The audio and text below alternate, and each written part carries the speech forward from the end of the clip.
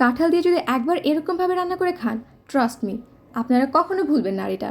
আসসালামু আলাইকুম। চলুন আজকে আপনাদের সাথে শেয়ার করি একটা কাঁঠালের মজাদার রেসিপি।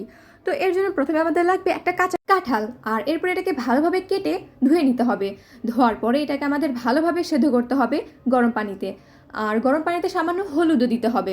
এইটার পাশাপাশি আমাদের আলুও ভালোভাবে সিদ্ধ করে নিতে হবে। ভালোভাবে সব কিছু সিদ্ধ হয়ে গেলে একটা বাটিতে আলুগুলো ভালোভাবে ছিলে নিতে হবে, আর এই সিদ্ধ কাঁঠালগুলো সেই আলুর মধ্যেই দিয়ে দিতে হবে।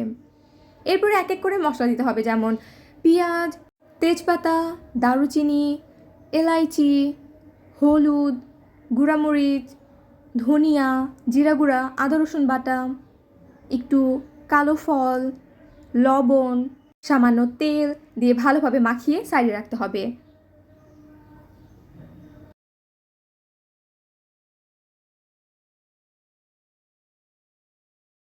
এরপর একটা কড়াইয়ে পরিমাণ মতো পেঁয়াজ ভালোভাবে ভেজে নিতে হবে।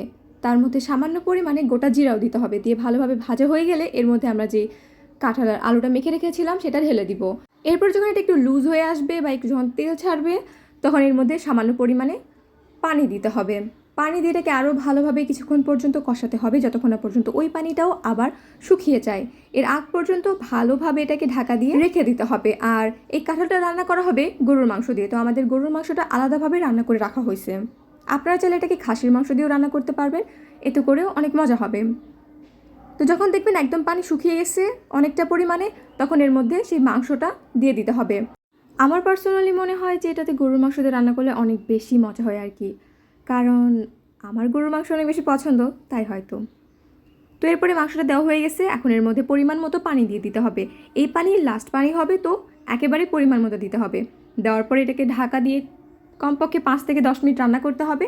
এরপরে আমাদের কাঁঠালের মাংস দিয়ে তরকারি একদম পারফেক্টলি রেডি হয়ে যাবে। গরম গরম ভাত দিয়ে কাঁঠালের তরকারি, ওফ, এত মজা যে একবার কেউ খাইলে আমার তো মনে হয় সে আবারও খাইতেই চাইবে। তোমরা যদি কেউ এটা না খাইয়ে থাকো তাহলে অবশ্যই খাবা, আর আমাকে অবশ্যই জানাবো যে তোমাদের কেমন লাগছে। তো আজকের জন্য এই পর্যন্তই। ভালো থেকো, সুস্থ থেকো, আল্লাহ হাফেজ। আর তোমাদের সাথে দেখা হবে আবার অন্য কোনো ভিডিওতে।